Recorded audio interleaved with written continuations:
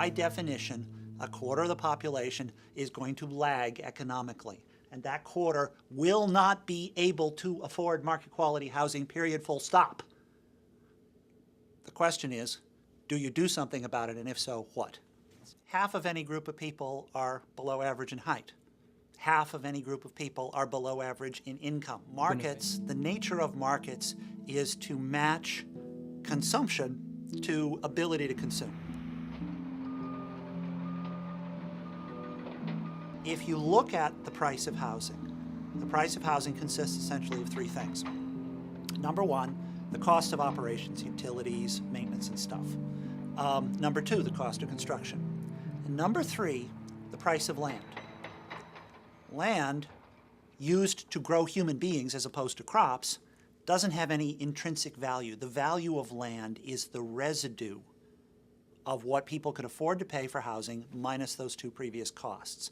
And so what happens, and this is the first thing that governments have to understand, is that in any urban or urbanizing environment, the price of land rises to precisely the point where it supports market housing, which means it leaves behind the creation of affordable housing. And so you can choose the 2-hour commute, or the single-room occupancy apartment, or the under-maintained, deteriorating shell.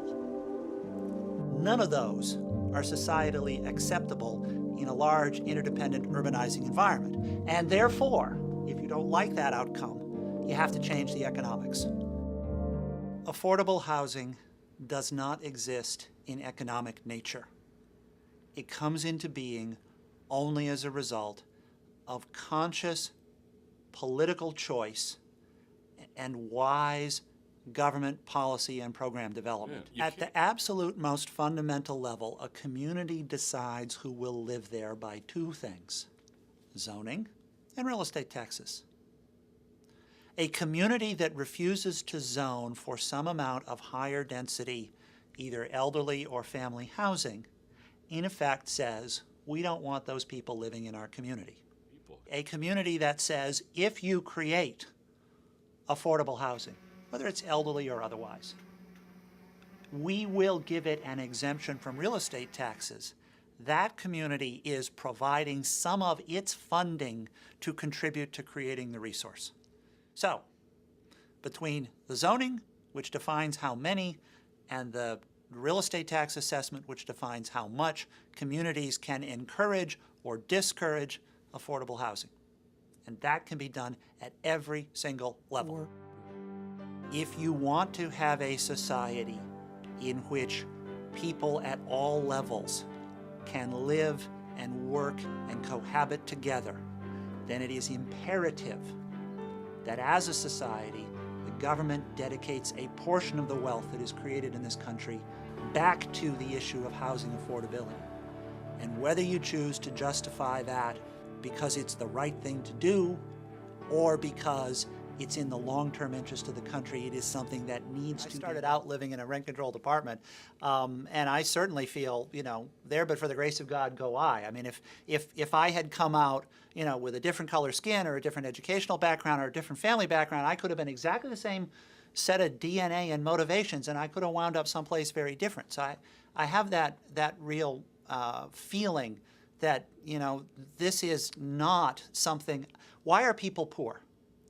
Some people are poor just because life dealt them a lousy hand of cards. And I don't think we should simply set them aside and say, well, too bad, you lost the genetic lottery. That's your problem. The environment in which the children grows up has a significant influence on the adult they turn into. Now, do you want to be raising the next generation of good working folks, or do you want to be raising the next generation of delinquents and criminals? There is no doubt in my mind that good housing incubates good families, and bad housing incubates bad families. I'm not saying it causes it. I'm saying it correlates, it incubates it. I am convinced that the absolute most civilizing thing you can do to a young adult male is to turn that person into a homeowner. It's more civilizing than making that person a father, and even more civilizing than making that person a husband.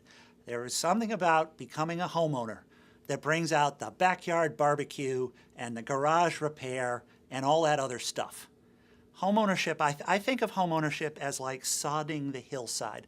The more people are homeowners, the more they have an investment in their community. They become aware of, they fix up their property. Economists call it the tragedy of the commons. If you don't own your front yard, you let it go to heck. If you do own your front yard, even with a little bitty fence, you fix it up. There's evidence throughout the world. The evidence is overwhelming.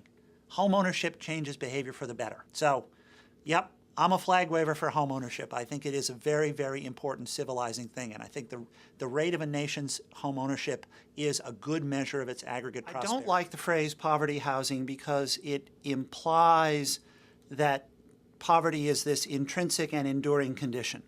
I prefer the phrase affordable housing because what the housing is doing is it's being delivered at a cost that people can afford. And we hope, with the exception of the elderly, where what we want to do is house them for the rest of their lives in decent and pleasant and humane circumstances, for everyone else, we hope that the housing is a platform, a place from which you can become less poor. And indeed, in many parts of the country, it isn't just poverty housing, which connotes those people. It's working people, particularly in coastal areas, in the cities, in any area where the population is growing and the land supply isn't. Affordable housing and public housing are two different critters. Public housing is the older form, the older species. It was created under New Deal program 1937, and it's directly owned by local authorities and run by local authorities with federal subsidy. And over the last 35 to 40 years, public housing has migrated to being the housing of last resort, the housing of the poorest of the poor, and it's a feature of those folks that for one reason or another, if they have that little income, what they can afford to pay for housing is less than the cost to operate the housing, even if, as the federal government did, they gave it to the locality. So it's an intrinsic feature of public housing that it must have what's called in the trade an operating subsidy if it's to continue to serve what are called extremely low-income folks. I think the U.S. has two large problems, and they are really quite distinct in nature. The urbanizing city areas have a tremendous problem of peppering affordability into existing communities. NIMBYism, not in my backyard, is real and is very frustrating. And beyond NIMBYism, there's one that we call banana, build absolutely nothing anywhere near anybody. The conservation and slow growth and smart growth movements, whatever the merits of their case, have the effect of preventing the pepper potting of affordable housing into existing communities. That's a reason why workforce housing is so absent from these communities and why it's such a political issue. In the rural arena, the problem is that you have flat growth cities and an aging population, and we do not have a good means of providing for them. So the question is, how do you sustain the economics where the normal fundamental economics would say, close the house, turn it back into cornfield? I think those are two that come to mind as significant issues. Just beyond which is simply the overarching issue, to go back to something I said a while ago, that affordable housing has become a partisan issue when I think it really should not be. Every one of us lives in affordable housing at some time in our lives, either when we're growing up or when we first go to college or high school and move in with roommates, or toward the end of our lives when we don't want to live in a great big house anymore and the kids are gone and we sell the house and we move into something else. Housing is a continuum of tenure and a continuum of consumption. And either at the beginning or the ends of our adult lives, we're going to need something. Now, for 10% of us, life is cool, no problem. But for 90% of us, we need that variety and we need that assistance.